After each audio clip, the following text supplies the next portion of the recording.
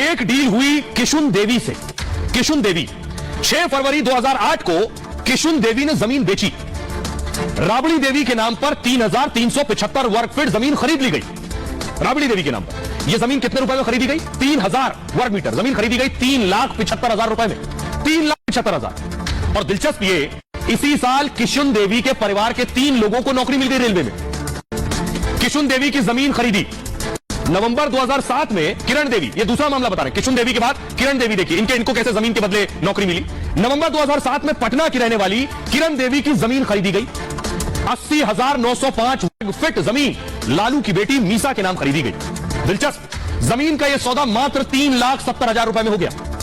अब इसमें क्या खेल था? किरण देवी के बेटे अभिषेक की मुंबई में नौकरी लग गई रेलवे में। अगला नाम देखिए, हृदयानंद चौधरी की जमीन तोहफे में। मार्च 2008 में ब्रिजनंदन ने 3,375 वर्ग फीट जमीन हृदयानंद को बेची। इस जमीन का सौदा सिर्फ 4,21,000 रुपए में हो गया। बाद में यही जमीन हृदयानंद ने लालू की बेटी हेमा के नाम कर दी तोहफे में। लालू की बेटी हेमा को हृदयानंद ने यह जमीन तोहफे में दी थी। उस दौरान इस जमीन की कीमत थी 62 लाख रुपए। 2005 में हृदयानंद की हाजीपुर में नौकरी लग गई। सब ऐसा लग रहा अलादीन का चिराग मिल गया था सबको। अगला देखिए, संजय राय से कैसे जमीन खरीदी। फरवरी 2008 में 3,375 वर्ग फीट का प्लॉट बेचा संजय राय ने। यह प्लॉट लालू की पत्नी राबड़ी के नाम खरीदा गया।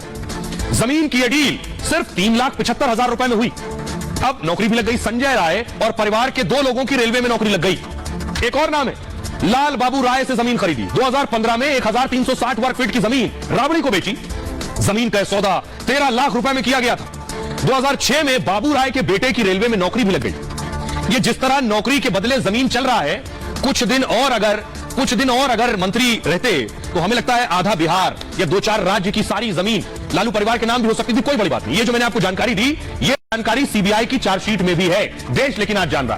बहरहाल खबरों में आगे बढ़ते हैं। इसलिए कहा जा रहा है नीतीश कुमार को अब बिल्कुल ये ख्याल होगा कि कैसे सरकार चलाए आरजेडी के साथ। खबरों में आगे बढ़ते हैं। आज की एक और बड़ी खबर है, अगला राज्य है महाराष्ट्र। भतीजा लगता है सब छीन लेगा जिस स्पीड से आगे बढ़ रहा। ये इसलिए कह रहा हूं, ये जो लड़ाई है ये अब तो सबके सामने आ चुकी है। भतीजे की लड़ाई महाराष्ट्र में। आज भतीजे ने कल ही दावा किया पार्टी उसकी चुनाव निशान इसका।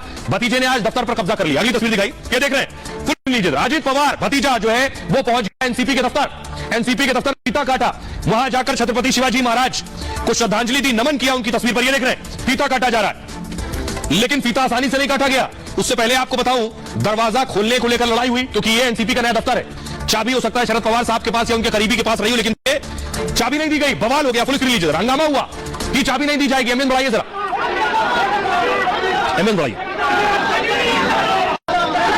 ये जो तस्वीर आप देख रहे हैं एनसीपी के नए दफ्तर की है, और नए दफ्तर में अजित पवार पहुंच गए और वहां जबरन खुलवाया गया दफ्तर। अजित पवार यानी नई टीम का कब्जा हो गया है अब इस नए ऑफिस पर। अब मैं आपको बताऊं तैयारी क्या है। तैयारी यह है कि कुछ छीन ले, लेकिन कैसे? अजित पवार ने कहा एनसीपी हमारी पार्टी है। अजित पवार कह रहे हैं एनसीपी के सिंबल पर ही चुनाव लड़ेंगे। मतलब एनसीपी पर अजित पवार ने दावा ठोक दिया है, यानी एनसीपी का चुनाव चिन्ह अजित पवार का। लेकिन शरद पवार भी एनसीपी पर दावा कर रहे हैं। नतीजतन अब लड़ाई चुनाव आयोग में जानी तय है। इलेक्शन कमीशन तय करेगा, चुनाव आयोग तय करेगा कि एनसीपी किसकी होगी।